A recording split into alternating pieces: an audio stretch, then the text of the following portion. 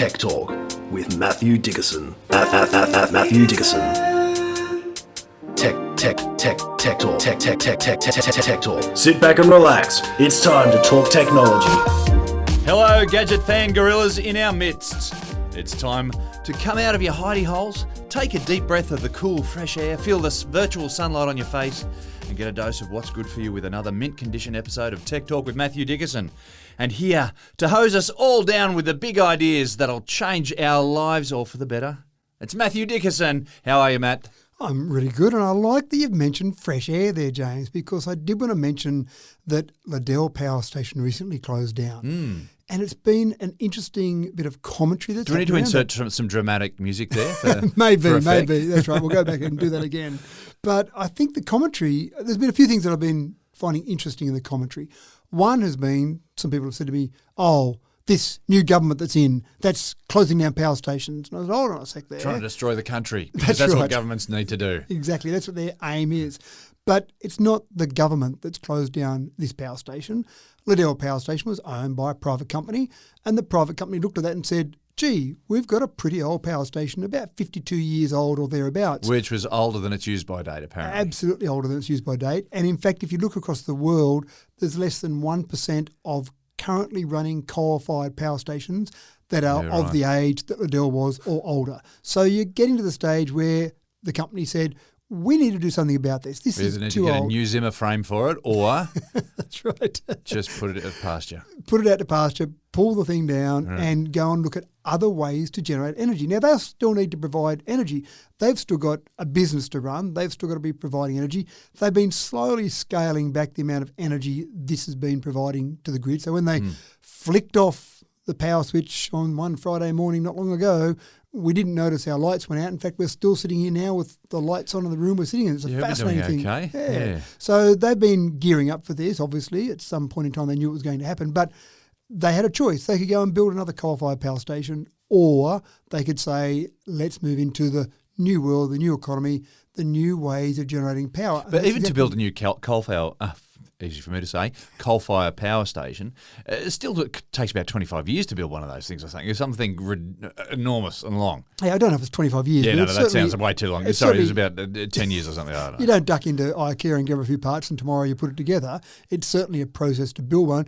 Even to deconstruct this existing power station is going to take them a couple of years. So that site, which they're talking about using other things at that site, because they've got all the electricity infrastructure at that site and substation, etc., they're going to do things like put batteries in there, maybe put some firming power, maybe using some hydrogen for some firming power there, but that'll be used for something else. But they can't do that tomorrow. They need to take away all the things and recycle. The amount of metal, the amount of steel that's at that site, just pulling all that out and recycling that. There's a lot of money still tied up in the power station. It's done its job. Thank you very much, Liddell. There were some people interviewed that I heard that had worked there for decades. Some people had worked there their whole working life, and they referred to her as the old girl, and some of the generators as some of the kids of the old girl there. So, well, if it's done, 52 years, so it's late 60s that it was built. 71, I think it was first turned on, so late 60s would have been built. So, it's been there for a while. So the tech then went into building that thing. And that's the point, isn't it? That the tech's moved on. Even if you're going to build another coal-fired power station, then you'd use different tech to what's there now. But it certainly is different, but it also says to the world that, yes, these are closing down and it's okay. We've got other solutions that are coming, and we're going to talk about today a potential other solution that will help in that whole renewable energy paradigm shift. Yes, well, looking forward to that, folks. Now, are you ready for the future? Our first story addresses a moment eagerly anticipated even, by every sci-fi fan and tech dreamer since the 50s, or maybe even earlier. Flying cars are here, people, and they are affordable. So cue the confetti cannons, pop the corks, bring on the superhighways of the sky. I won't waste your time with any further intro to this one. Matt, I'm calling this a flying car. Is that being a little over-enthusiastic? Car-ish, Yeah, car-ish. Whatever. I noticed in your notes here you've mentioned Formula One, so it looks a bit like a Formula One car. It looks like the cage of a Formula One car combined with a drone. So it's called the Jetson 1. You can go out and purchase one now if you're in America. I love that And it's called the Jetson one too. exactly by the way. right. Little bit Presumably of that means they'll have homage to the Hanna-Barbera cartoon. Yeah? correct, and presumably that means there'll be a Hannah 2. Sorry, not a Hannah 2, a Jetson Jetson 2, 2, and yeah. a Jetson 3, etc. So it does look like the roll cage, if you like, of a Formula 1 car doesn't have a roll cage, but take a V8 supercar, the roll cage of that, built like a Formula 1 car to protect the passenger, and then put some extended arms out at each corner, put 2 propellers on each one, and you've got yourself a flying car-ish. So they do call it a flying car, but the great part is it's designed to be a personal commuting device. Yeah. Means that you get in, only holds one person, you can fly it with no pilot's license. Now, this is in America. Now, this is amazing because when I think about it, in driving a car, you've only really got to worry about, having your accident on one plane. That's right. I want to say plane, one level. So, but if you're in the air, things happen in 3D. They do have it in 3D because it comes under the ultralight vehicle classification in America under the FAA rules,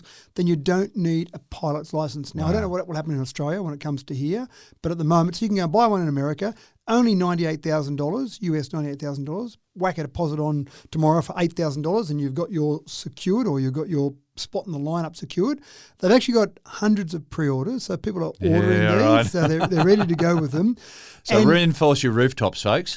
Exactly right, because you'll see them flying overhead. Now, it's only designed to fly short hops. It only flies for about 20 minutes. So at the speed it does, about 102 kilometres an hour maximum That's speed. still a decent distance. It is. You're going to get maybe 30-odd kilometres out of it. But that's what it's designed for. It's not designed to jump in at Sydney and fly to Melbourne. It's designed to jump in your house in a suburb in Sydney and fly to the office in the centre of Sydney. It's designed for those short hops.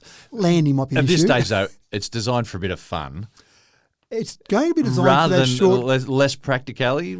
Possibly, but I think it's really the ultimate aim is those short commutes. The problem is going to be where to land it because you need somewhere to land it, obviously. And it's got some pretty good safety features, which is why I'm assuming they're not saying you need to do any extensive training. They say, this is the manufacturer, a few minutes training on the joystick and you're right to go. And so you think, I'm going to be up there in the air. So the sort of autopilot tech it's got has got to be pretty impressive then. Well, it does have LiDAR. Of course, it has GPS built in. If you're landing it, you can basically let it land itself. So you don't have to be fantastically accurate with controls like a lunar lander or something. You can just go land and it will land automatically using its LiDAR and GPS to know exactly where it is.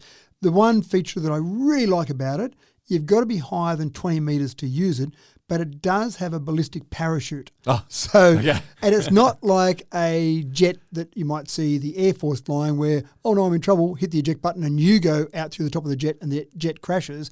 This parachute comes out of the back of it and the whole device floats down to the ground, about 20 metres. You need to be 20 metres above the ground for it to work. So 10 metres above the ground, which would still hurt if you collapse from 10 metres above the ground. There's not enough time for the parachute to actually be activated and slow you down. Keep that in mind when you're flying. So I'd be always flying above 20 metres till I was going to land. I am assuming that you get lots of warnings about the battery going flat because it's obviously electric, and that would be the main risk I would see, that you're flying along happily, battery going flat, I'll risk it, I'm almost there, still going flat, it'll be right, I'll make it, oh whoops, I ran out of battery power and I'm still 20 metres above the ground. Thank goodness for my parachute. So my mind's headed to all the problems that are going to occur here. Does it detect kids flying kites? No. You get tangled up in a kite string there somewhere. It is clever enough with the onboard computer that you could knock out one arm, one motor, one or two propellers on one of the motors, and you're okay. So flying through a kite string and wrapping around one rotor, that's probably okay. You might be dragging a kid up off the ground. Yeah, that's right. That might be, I'm holding on.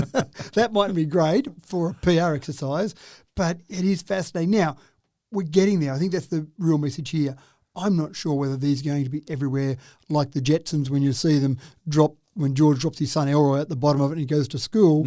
But I'm sure that we're going to see these devices used in some form of commuting, some way in the very near future. In fact, right now, if you want to go and buy one of these, but you've got to fly to America first to do it. And if you're going to have one, maybe have a tennis court or a basketball court in your backyard. Is that right? That's probably part of it, yeah. I'm not sure. Maybe helipads on house roofs will be a really popular addition to houses. Standard design now. Yeah.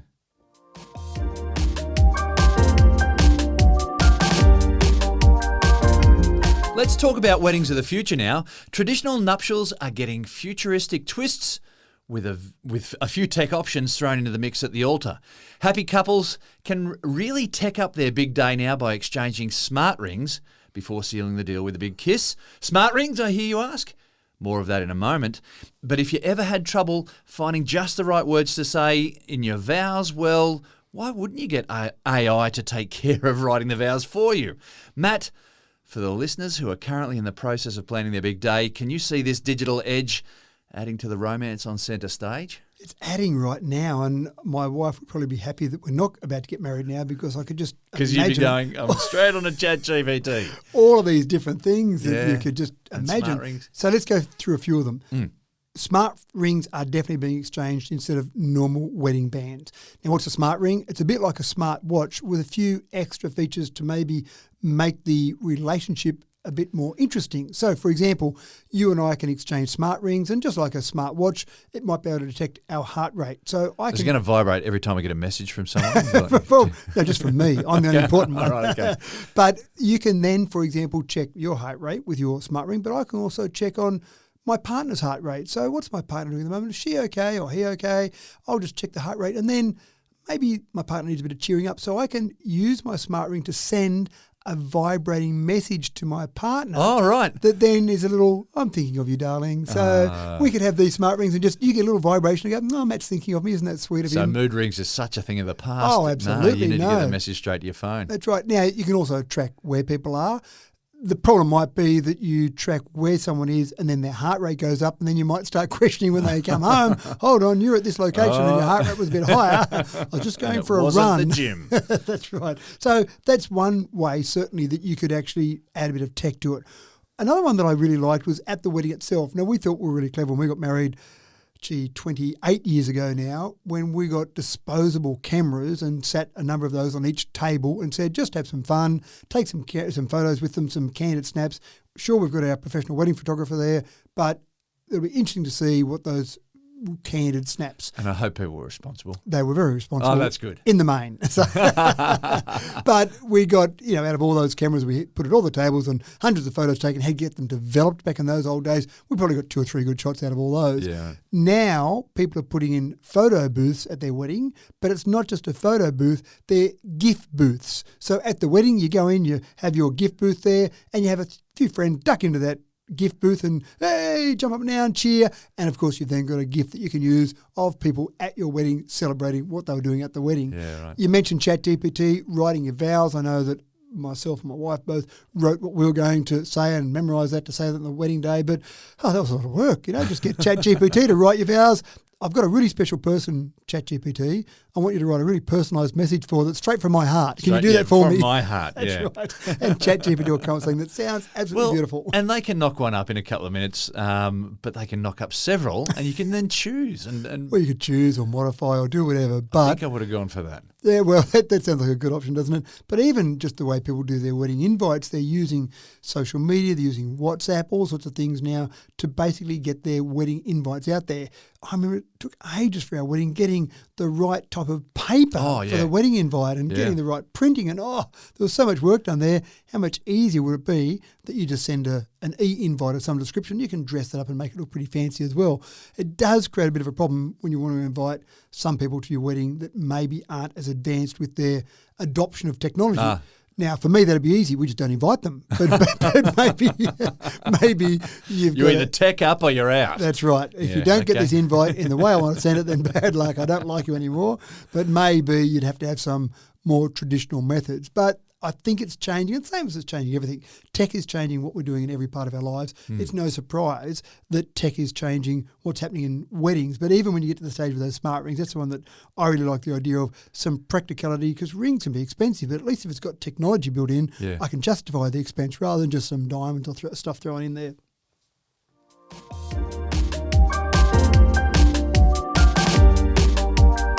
So where do you get your DVDs from, folks?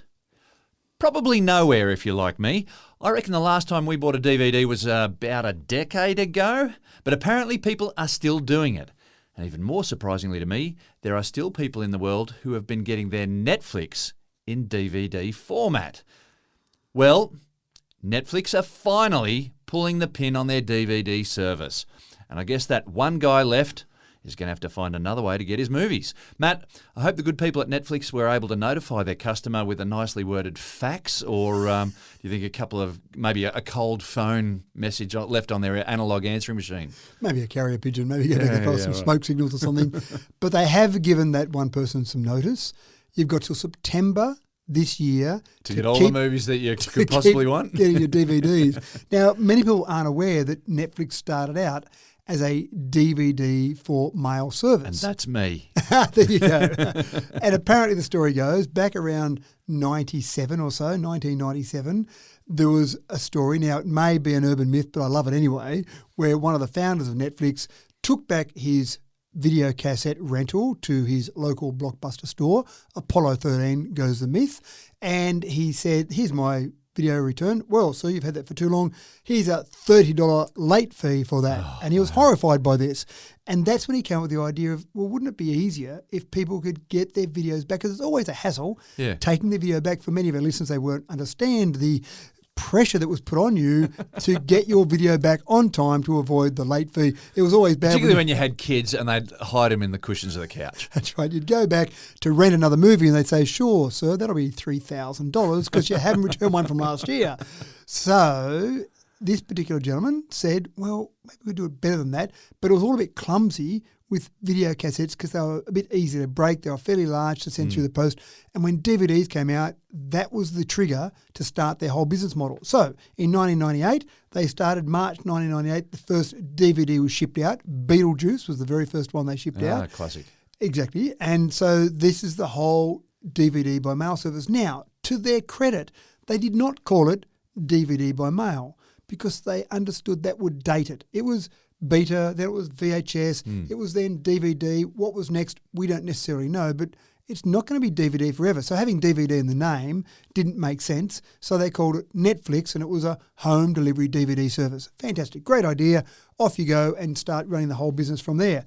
A few years later, I don't know exactly when, but they did actually say, once they started to build up some deliveries, they did actually go to Blockbuster and say, hey, you seem to have a fairly good share of the market here with your video stores. There were hundreds across the nation, in fact, across the world.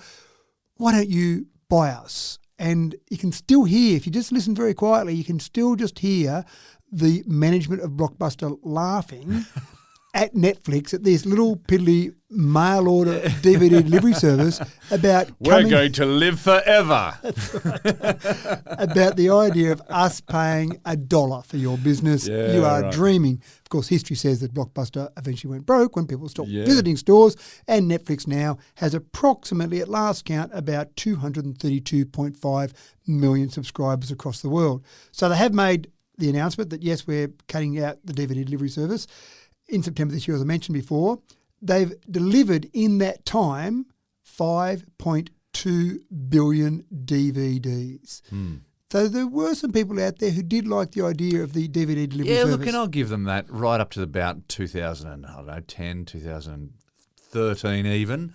But once streaming really started to happen. That's right. And then that's where they were clever enough to look to the future and say, there's this other thing happening, streaming, so let's get in on that. And obviously all those subscribers across the world are streaming, or most of those are streaming subscribers. Were they the first? Were they the front runners in streaming? I don't know that I could tell you definitively they're the first, but they're certainly at the forefront. They were prominent, yeah. And that's right. And they already had a good name because they were out delivering DVDs, and they already had a customer base, and they were already established. And now this was just another way of delivering movies to people. So their whole business model is, how do we get content to people? Well, at this stage, we deliver content via DVD mail.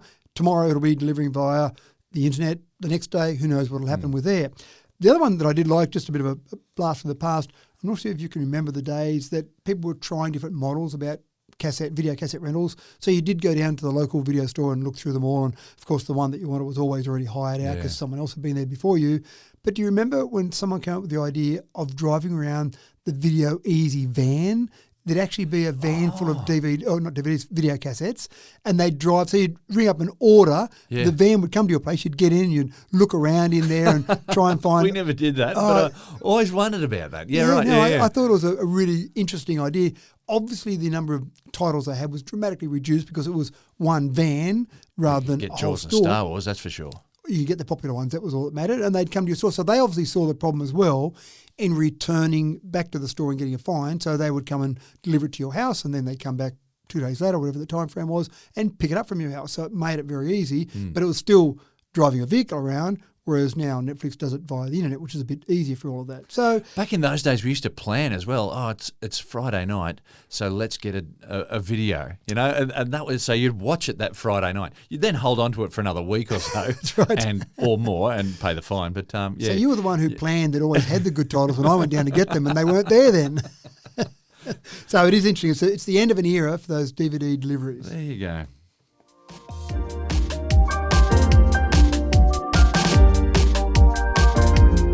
Well, Americans will do whatever they can to reduce the disproportionate volume of gun deaths in their country without actually moving on the obvious solution. Here today, from the files of the NRA vault of solutions that still allow absolutely everyone to pack serious heat, comes a story about yet another paltry effort to bring down the gun death toll.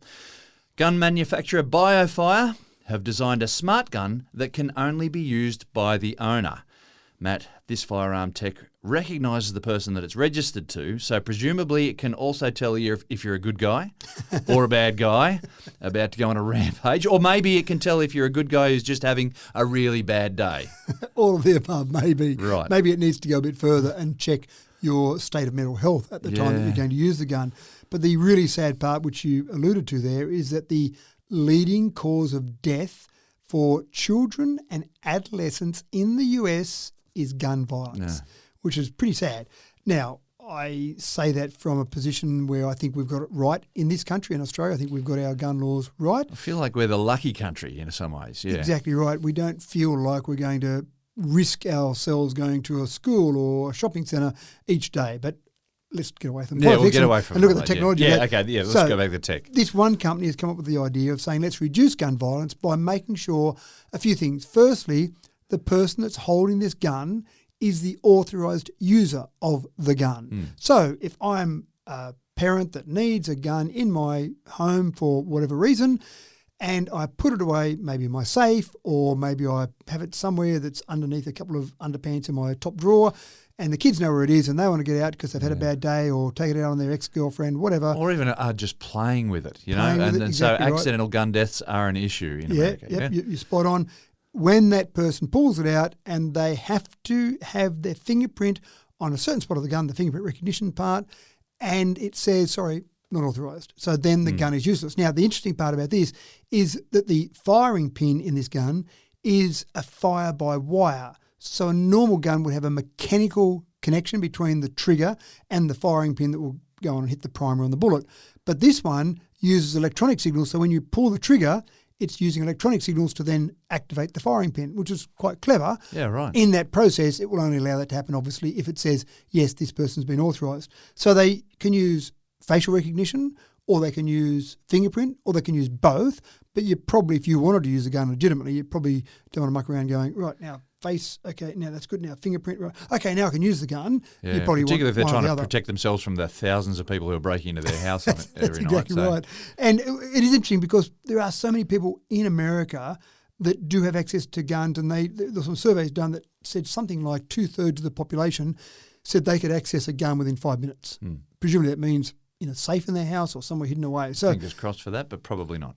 probably not, that's right. It might be in a safe, but the safe isn't locked or everyone knows the code for it. So this is actually quite interesting technology. The other part that I think is really important about it is that if I said after a gun was used in an incident, oh, that wasn't me, officer, my gun must have been stolen.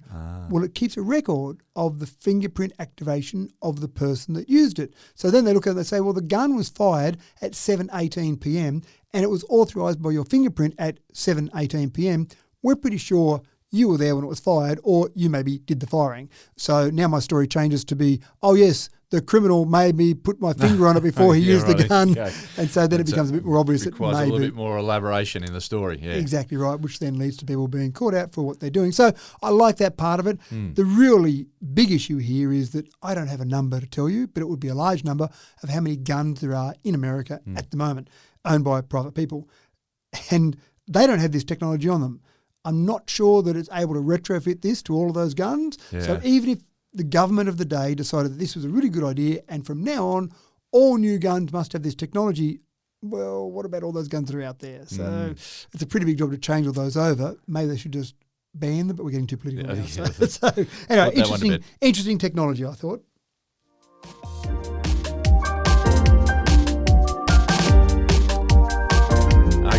To some sanity now, and here's some tech to get the adrenaline pumping without fear of seriously endangering life. Queensland has recently hosted a Grand Prix event for remote control cars, and these were all powered by hydrogen.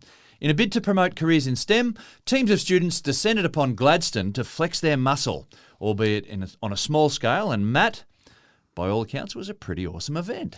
Well, we've talked before about the Science and Engineering Challenge that Newcastle Uni runs, and certainly you've been very involved with over the years. And that's really to get kids to be creative and innovative in their solutions to different problems, and also to get them interested in science. Teamwork and many heads work so well when you're talking about trying to solve problems. And I watched some videos of these kids, and I think there are a whole range of things that will be achieved by this. So the first thing is that they get a kit. The school says, yes, I want to be part of this. They get a kit. So they get sent out a hydrogen car, and they've got certain components there. They also get some plans that they could 3D print some other components if they want. And then they're given that kit to play with for a number of weeks. So they can play with it, innovate, be creative. There's certain parameters you've got to stay within, just the same as the rules of any car race. And then once they've done all that, they then get to the stage where there's a Grand Prix event held. And they've got 20 teams that competed. They all turn up with their pit crews and their cars, and they need refueling during the event. Sounds very cool. It does. It sounds like fun. And I watched the track, and you just see these cars going everywhere around there. They've all got transponders on them, so they're all being tracked. The winning team, the Faith Baptist Christian School, did 550 laps around the remote control track. It's not a full-size track, obviously.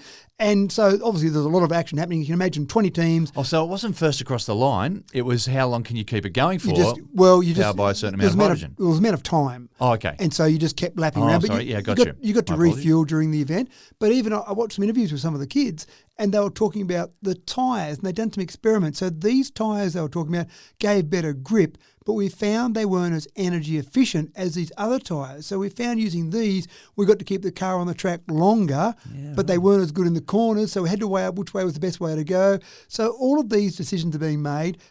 Kids were coming up with different solutions that the teachers never thought of. They were 3D printing different components for them. So there was all these different things they were doing. And so the winning team, fantastic, well done to them.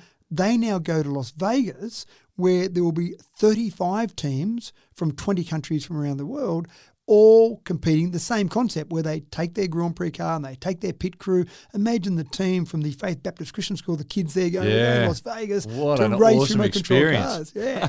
So there's a few things. What goes on in Vegas stays in Vegas. That's right, except the winner. We'll announce the winner, but that's it. Nothing else is talked about. But all these different things, I'm sure out of all those teams and all those different innovations they come up with, the people who design these cars will go, oh, I like that idea. Maybe we could use that in another remote control car, or maybe we could use that in a full-size car, because hydrogen might be a way that we're powering vehicles of some description in the future. But also those kids, I guarantee, they'll be more interested in science, they'll be more aware of things happening, and maybe there's a future in other propulsion methods for cars out there. So I love the concept. Engineers of the future. That's right. And going with the video, the video did look crazy, just cars racing everywhere around this track.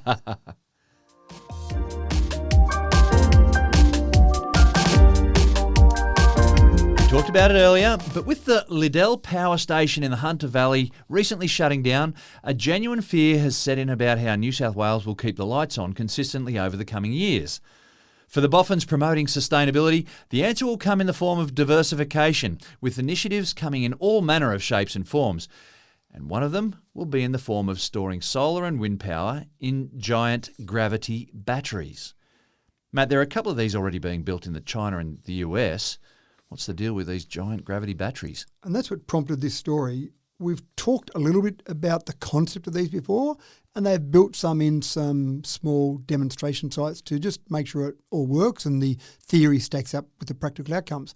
But now you're spot on. There's one construction in China, one construction in Texas in the US. I'll talk a bit more about those, but I want to go back a little bit first of all, because one of the things that frustrates me no end is when people talk about solar and wind, they of course say, well, what happens when the wind's not blowing? That's right. And the sun doesn't always shine. The sun goes down each night. You got me. And you know that there are all these people out there who talk about this base load power. And it's one of the real frustrations I hear when I hear base load power.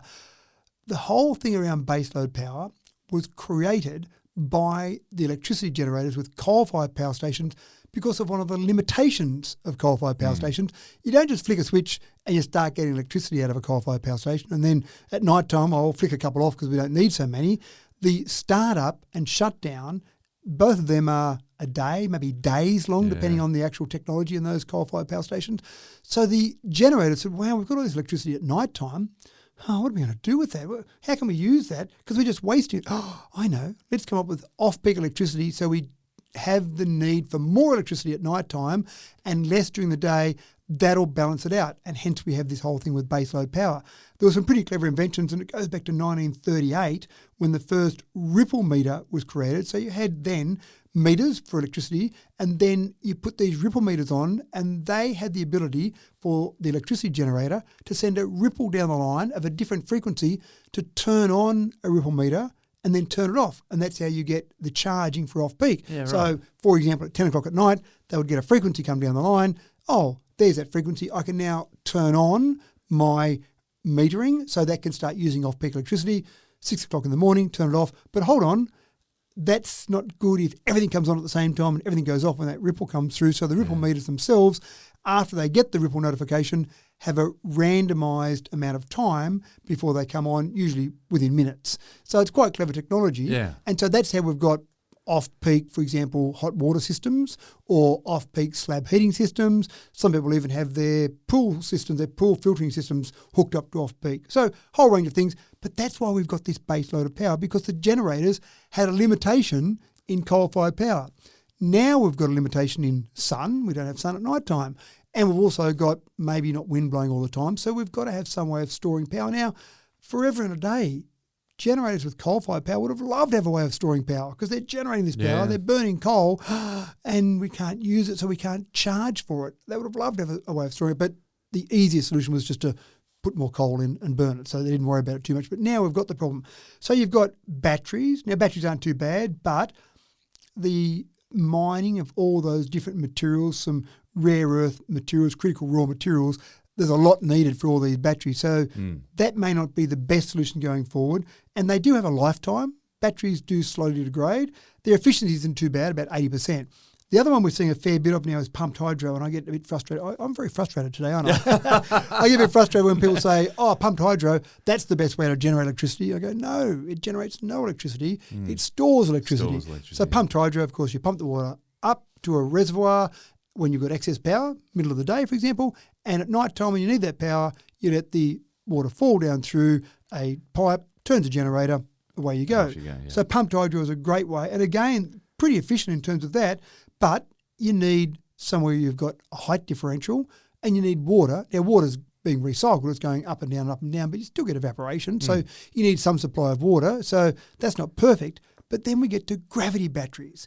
And what I love about gravity batteries is the concept here is you take a large weight, a big, say, cement block, or in this case they use some rammed earth, and you put it on some pulleys, and then when you've got excess power, you use those pulleys to lift the weights up. So you increase their potential energy, if you like, if you want to get scientific about it. Yeah. And then when you need the excess, or you need that power that's been stored, it's stored as potential energy. You let that big weight fall, not just randomly falling off a cliff at 9.8 metres per second. You let it fall in a gradual fall, turning a turbine, and it generates electricity. So you're turning that potential energy into kinetic energy to generate power. Again, very efficient. So you're not losing much each time you do this. And so this is a great way to do it because all you need is somewhere that's maybe the size of an office block. So and again, depending how big you want it, and it just is a matter of the bigger you build it, the more power. You can either store or generate at the same time. And if I look at these two examples in China and in the US, the Chinese gravity storage system they're building can store 100 megawatt hours of electricity and a maximum output at any one given point in time of 25 megawatts. The US one is smaller in storage, 36 megawatt hours, but its output is similar in terms of 18 megawatts. And with this, it's kind of an equation you can do about how wide you make the gravity storage device, the whole building, or how long you make it. So the wider you make it, the more pulleys you can put up. So that means the more output of power you can have at any given point in time, the more instantaneous power. The longer you do it, you can store more of the weights. So therefore you've got more battery storage capabilities. This is amazing. But sorry, did you already say how we get the weights up high? So when you've got the excess electricity. So when you're right, okay, sorry. middle of the day, you've got solar power, go, wow, we've got too much now. What are we going to do with that extra power? Oh, lift some weights up. Yeah, so right. you lift them up, so then stored at a high level. Of course, that the makes sense. technology in these is fantastic because you've got all these pulleys. And I saw one as one of the demonstration systems working, and you've got all these pulleys and all these weights, and there's just this constant motion of weights coming down, another one being moved into position ready to go, and then it falls down. 1.9 metres per second they fall. So obviously the higher you can make the building, the better, within reason, but you just need to find an office block somewhere to build it. And in terms of raw materials, they make the weights, and these examples that are being built, they're 24 tonnes each, is the mass of each of those, being strictly correct. That's not the weight, it's the mass of each of those. Yeah. And it's just highly compressed dirt, as I mentioned before. So it's not using up all of these fantastic raw materials. They compress the dirt. They probably put some sort of setting compound in there as well. But it's just these weights. So clever. It is, isn't it? And so this, in terms of a battery, is fantastic. So now we might have pumped hydro. If you happen to have water nearby and some change in elevation, sure, use pumped hydro. It makes sense. You might have some chemical batteries somewhere, but gravity batteries, they can be constructed out in the middle of nowhere. They can be constructed next to a wind farm, next to a solar farm, so they can have some sort of even out of the power delivery. You can put them in an office block. You can put them in the middle of a city if you like. So anywhere you want to build this, you can have it. And silent. It's silent. I can't see a lot of noise being generated by the pulleys and the turbines. I can't see a big smoke plume coming out the top of it like a coal-fired power station. So, yeah, silent. I mean, I love the concept. This will be really important, though. These two that are being built will be important just to see how much it costs to build, how efficiently does it work. I really can't see them having a short lifetime. A chemical battery's got a fairly set lifetime.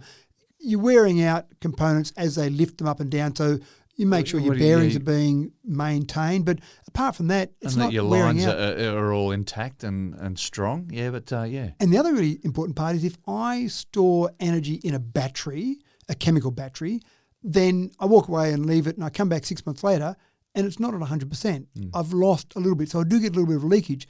If I store energy in pumped hydro and walk away for 6 months, I come back and the top dam might be half full because that damn sun and evaporation took some of that water away. But if I put these weights at a higher level of potential energy and I walk away for 6 months and I come back, I've still got all my potential energy. They haven't fallen a bit. They haven't lost some of their mass. They're all there waiting to go. When you need me, I'm here, whenever you like. So I've got unlimited time frame of storage. I've got a device that's got a long time frame to keep operating, surely, and it's a very efficient way of storing it, and I can build it anywhere. So what you're saying is the solution to this energy crisis is initiative. The solution is initiative, but also give it a little bit of time. I reckon we'll solve these problems about no wind and no sun when we need them. Just the same as we solved the problem with all this coal-fired power being wasted in the middle of the night, we solved that problem with off-peak electricity, which if you suggested that as a solution now, okay, let's make everyone generate their hot water after hours. But what about if I'm using the shower a bit during the middle of the day and I get a cold shower? I don't want a cold shower. Well, you just put up with it, sir. I'm sorry. Yeah. Oh, damn this coal-fired power. It's no good.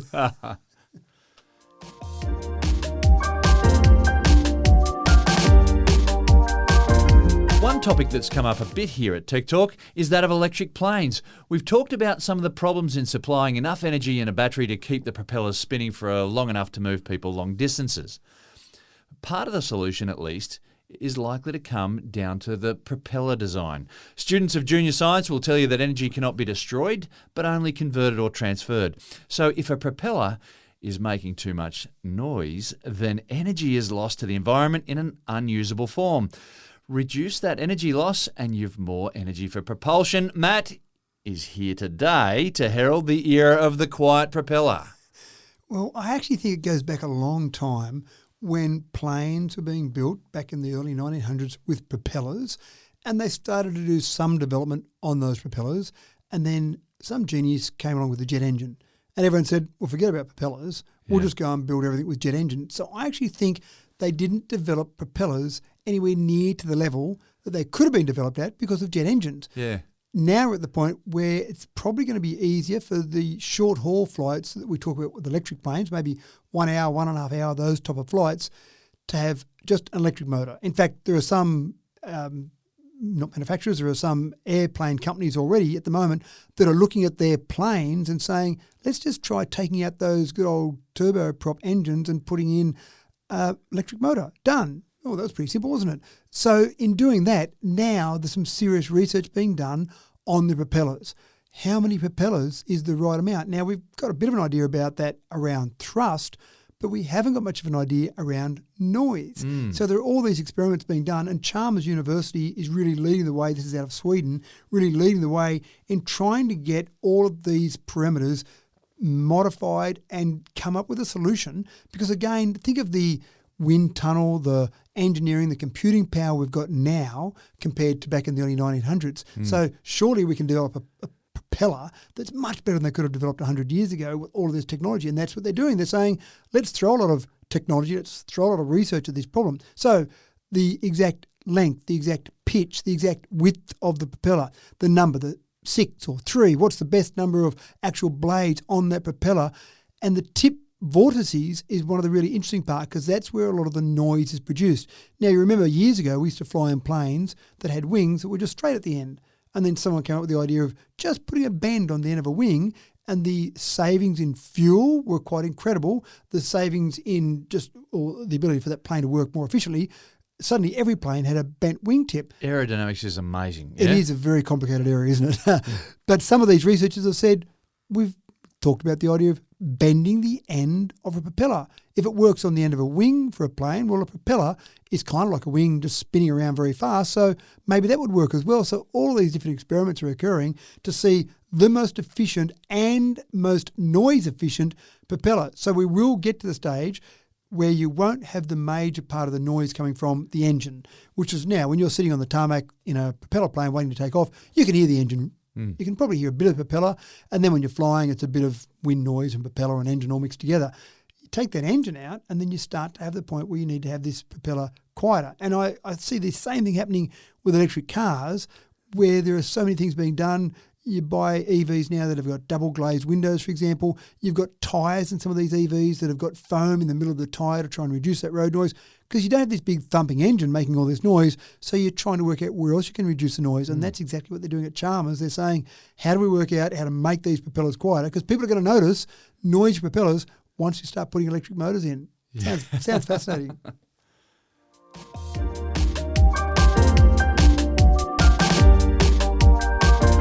Well, who doesn't love a super fast train? You don't need people in your life like that. Well, both the Chinese and Japanese do love their superfast trains. Existing superfast trains are already operating in these places at speeds of up to about 600 kilometres an hour. That makes the daily commute over long distances very convenient, particularly with boarding and disembarking transitions being much more fluid than with air travel. Well, China wants to up the game another notch, and they're progressing to a Hyperloop rail service between Shanghai and Hangzhou that'll put butterflies in your belly like nothing else. Matt, when this 200-kilometre project finishes, commuters will be able to duck home for lunch each day. It does sound incredible, doesn't it? And 600 kilometres an hour? Yeah, I scoff at you. That's right. They're talking about 990 kilometres an hour. Now, I'm not sure if Elon Musk is that impressed, because he's obviously got the Hyperloop system that he's been out there talking about and talking it up, and they've got a little test tunnel under Vegas.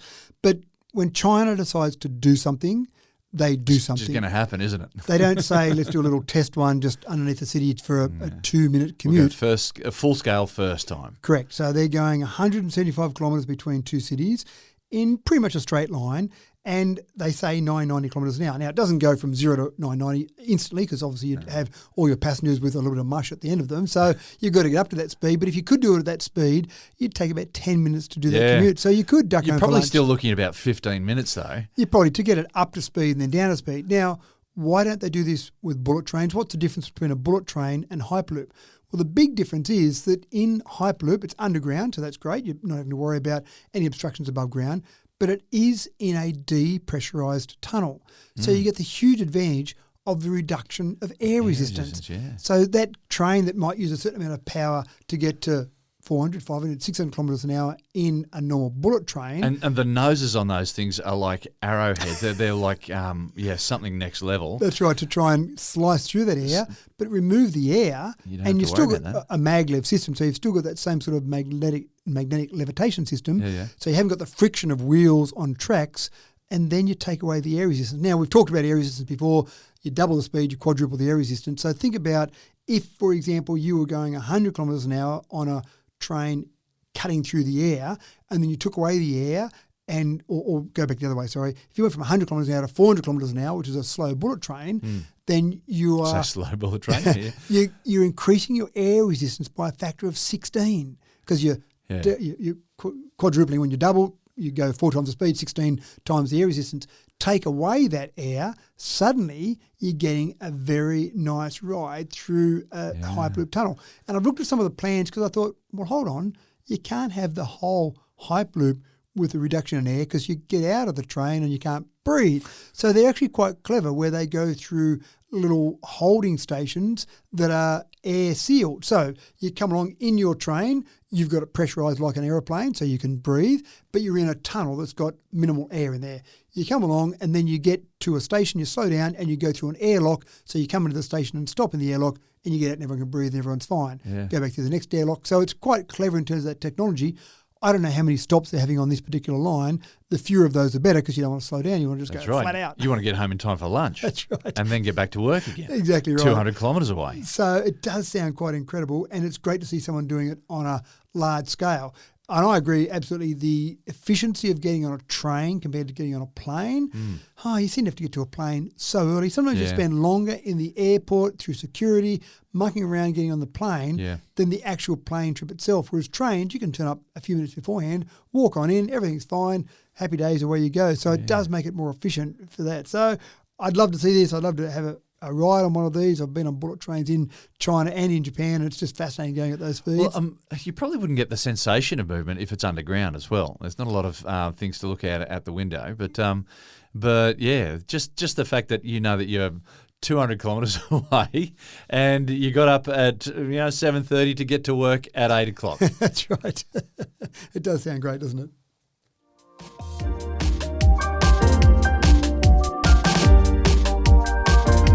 Do you have a sleep tracker and find yourself periodically checking on the quality of your sleep from time to time for the night before?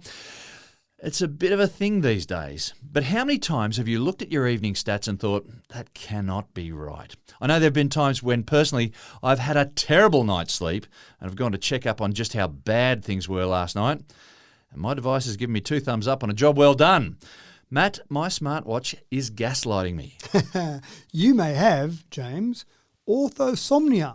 This is a new... I definitely have it. I don't even know what it is, but I feel like I've got it. Why not? Yeah, I'll have one of those things. Orthosomnia is a new medical condition, and it describes anxiety driven by the pursuit of optimal sleep. And exactly... Trying to sleep too hard. Trying to sleep perfectly. So you get up in the morning and you look at your sleep tracker and you go, oh, no, I didn't get a perfect score. I didn't sleep the number of hours I wanted to. I had restless sleep for that. Oh, no, I'm really anxious and concerned about that. And then you go to bed that night and you're still anxious and concerned as to whether or not you can actually get your optimal sleep.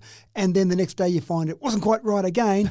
It may have been perfect, but the sleep tracking technology isn't perfect. Yeah. Or it may not have been perfect, but look, that's okay. Sometimes that happens. But apparently athletes are the main ones suffering from orthosomnia because in their training program now, a really important part of their training program is their sleep. So you go out there, you train, you do all your reps of whatever you're meant to be doing, but you need that sleep for your body to rest and rebuild those muscles and all the work that you've done to be put to ultimate use. So athletes are focusing on this sleep technology, but average Joe Blows, non-athletes like you and I are focusing on it as well.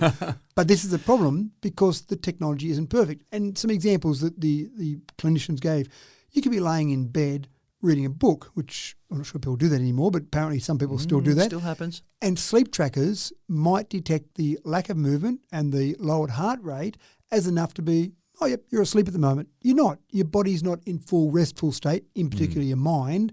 And so you're actually laying there awake, but your sleep technology is going, oh, well done, you're getting an extra half an hour sleep or whatever it might be. So that might not give you an accurate message or accurate information. It can't always pick REM sleep, and REM sleep is really important. About on a 90-minute cycle or so is when you have your REM sleep. But trying to pick these differences in your sleep, trying to pick your heart rate when it's sleeping, trying to pick the level of comfort you're in if you sleep, it's all very difficult. And sleep trackers are at the very early stages of all of this. Unless you're going to wire yourself up completely to a whole range of devices, you're probably not going to get this accurate information. But we do look at it and go, oh no, or oh yes, that's great, or whatever it might be. So I suppose the message here is the technology is fascinating. It's good as a tool. It's actually interesting to look at, but don't rely on it too heavily and get to the point where you base all your decisions on your sleep tracking technology. I'm always disappointed that sleep trackers don't measure your sleep in terms of speed. When you talk about being fast asleep, my university friends and I used to talk about how fast we were asleep, 120 kilometres an hour, or just a 60 kilometre hour sleep. That one. And so, how did you improve the speed? If your speed wasn't good enough, how did you improve it? I don't know, but yeah, it wasn't about improving your sleep. It was about rating your sleep in kilometres per hour, how fast asleep you were. Anyway, on that note, folks, I can feel an uncontrollable urge to curl up on the couch and take a power nap. If you're listening to this podcast in the car and feeling just the same, then maybe think hard about the merits of pulling off the road first. Matt, thanks for another cracking tech talk. No offence about the sleepy time banter just now. That's right. I just want to go and find now a DVD player. I just want to see if I've got one in the house to try and find a DVD to put it on. See if you've got any DVDs left. That's right. And then just remember that old technology. Okay, off I go to sail on the sea with Winkin', Blinkin' and Nod and dream the sweet dreams of super fast trains and super quiet planes and flying cars and such. And maybe, just maybe, I'll be able to give my smartwatch some data that doesn't have to lie to me about. Thanks for tuning in to another Tech Talk, folks. Tech Talk with Matthew Dickerson even. Streamed coast to coast and across the deep blue sea, courtesy of the miracle of the internet. I'm your host, James Eddy, and I'm delighted to present to you this tidy little podcast week to week. I hope you enjoy it just as much. Take care. Until next time.